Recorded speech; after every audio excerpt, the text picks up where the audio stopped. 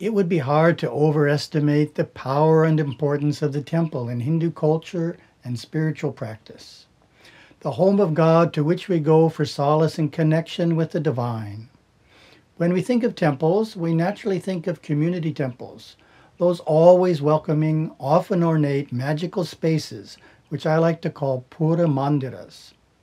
Worshipping in these temples is a central practice in Hinduism, but there is a broader, seldom discussed understanding of the temple in Sanatana Dharma, which embraces two other sacred places of commune as equally important. One is the home shrine, or Griha Mandira, and the other is the soul temple, or Atma Mandira. Hindu communities revolve around the local temple, which serves as the hub of culture, worship, festivals, and more. For the devout, the ideal is to attend a puja at the community temple daily, or at least once a week, and to participate in the major holy festivals celebrated within its precincts. This allows us to experience the blessings of God and the gods regularly, and to enjoy frequent fellowship with other devotees, which is uplifting and engaging. Though God is everywhere, it is easiest to receive his blessings at the temple. My Gurudeva, Savaya Subramanya Swami, had many insights into temple mysticism. The ray of the temple, its subtle force field, and how the three worlds work together in that sacred space. All this was apparent to his inner sight. He wrote, "If you could view the temple from the inner worlds, you would see a brilliant ray coming from the third world, or world of the gods, right into the temple on the physical plane. This ray allows communication, similar to a live video conference. The priest opens the connection by performing puja. When the puja is performed with loving devotion, the ray becomes strong and inner doors open from God's world to ours. The angelic helpers, called devas, hover around and through the temple, and blessings pour out to the devotees. A Hindu temple's devonic rays have the power to transform the course of karma, open inner doors to new opportunities, assuage long-held hurts, and provide inner visions equaling the fullness of devotion. Regular worship at the community temple deepens our humility and our devotion to God. It also purifies and lifts our energy into higher chakras. In addition to worship, we can also perform service, called saiva, or karma yoga, at the temple and accrue even more spiritual benefits. The Tirumandaram, an ancient scripture by Rishi Tirumular, lists a number of traditional chores in verse 109, which reads, "The simple temple duties, lighting the lamps, picking flowers, lovingly polishing the floors, sweeping, singing the Lord's praise, ringing the bell, and fetching ceremonial water, these constitute the dasa marga, or path of the servant." Additionally, those who are qualified can volunteer to teach Hinduism to the youth. If you are finding fulfillment by worshiping in your community temple, don't stop there. Consider extending your devotional life to the Griha Mandira, or home shrine. The ideal Hindu home centers around the home shrine, a special room set aside and maintained to create a temple-like atmosphere which holds us close to our spiritual goals and practices. In this holy space, we conduct puja, read scripture, perform sadhana, sing bhajana, and do japa. Here we can always feel the presence of God and the gods, whom we honor especially in the morning and evening and before meals, which we offer to them before we partake.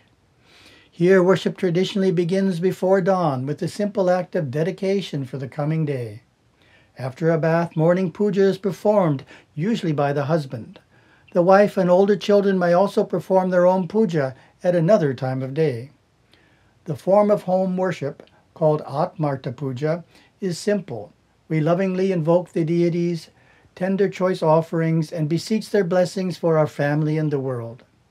This early morning worship begins the day on a religious note, blessing the work and activities that follow.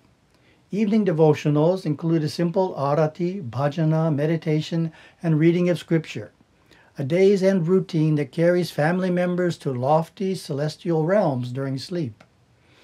The temple-like atmosphere of the shrine room can prevail throughout the home if family members handle disagreements and difficult issues in a harmonious, professional way, avoiding arguments and expressions of anger.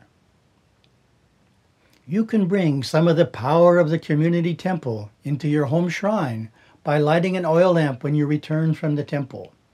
This sacred act brings devas who are at the temple into the home shrine, where from the inner world they can bless all family members and strengthen the religious force field of the home. This is one of my guru's unique insights into the mysticism of temple worship. How elaborate should the home puja be? It can vary from short and simple to long and complex.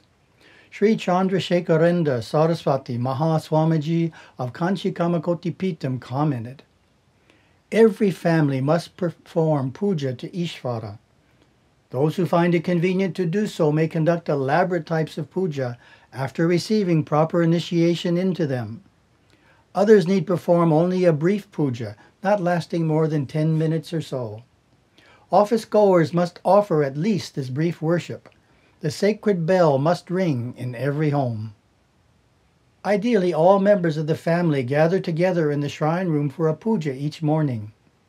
Additionally, visiting the shrine at other key times brings special benefits. Visiting the shrine before leaving the home reminds you that work is also worship when approached in a spiritual way, a strategic attitude that helps you maintain a religious perspective during your time out of the home. Visiting the shrine upon returning home provides a few moments to release any negative, worldly vibrations you have taken on while away. Visiting before an important event, such as a job interview or a major exam at school, you can pray for special blessings and guidance. Retreating to this oasis when emotionally disturbed or reflecting on a personal problem reminds you to spiritually center yourself and overcome the challenge or upset condition with the blessings of God and the gods. These are several ways the home shrine can benefit the family. By your example, you teach these practices to your children, practices that will sustain them as they make their passage through life.